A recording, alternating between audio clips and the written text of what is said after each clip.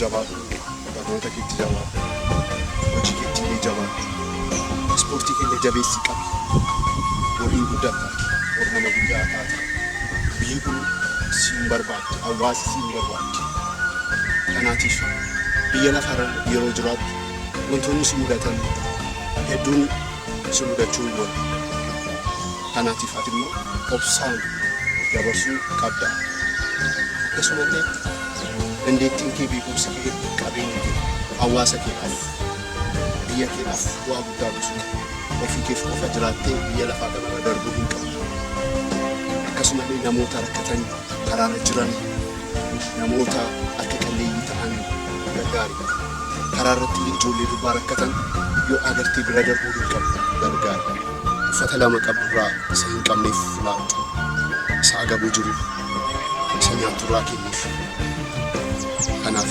hundee jabaadhu wantan si gorsu wantan si jajjabeessu yoo jiraate gara kokottu si jajjabeessuuf si gorsuudhaaf qophiidha. Dhugaa keetti barsiisaa kun anaan kan gara keenya fide akkan sirraa baradhu atis akka na barsiistu waan ati na barsiistu hundumaa barsiisa kee fi gorsa kee hundumaa galmaan ga'uudhaaf qophii. Hundee jabaadhu ati manuma jabaadha jabaadhu. Sini barsiisaa.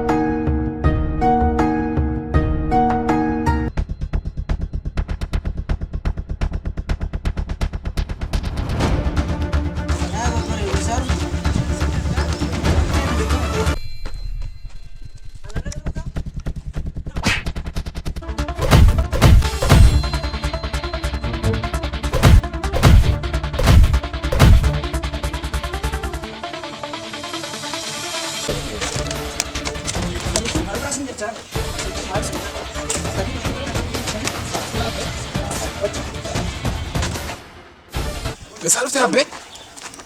Sabate kun fulli ishee nyaata hin beektu.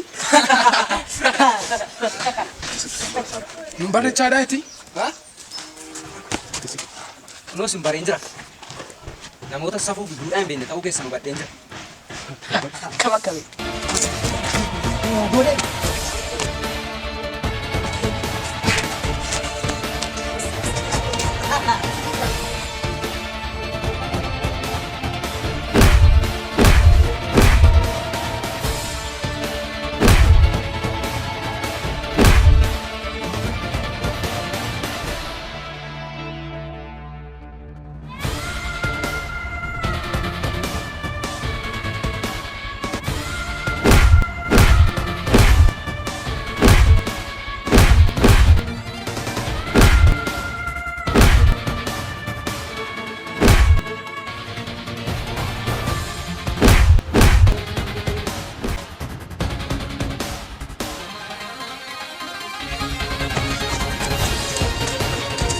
Fulli saaraatii nama keessatti isa buusu. Akkamitti? Nama akkamii? Nama jabaa.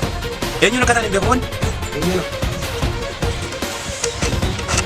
Amma eessa akka inni oolu maal akka inni hojjetuuf hunda isaa hordofaatii qorichaatti qotaa. Dhageessatti malee?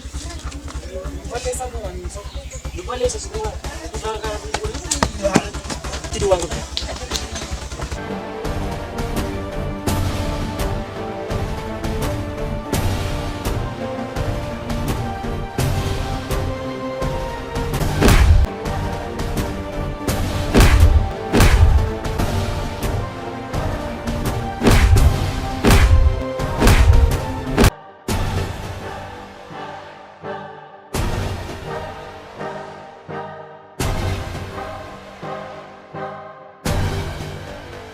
your bombs.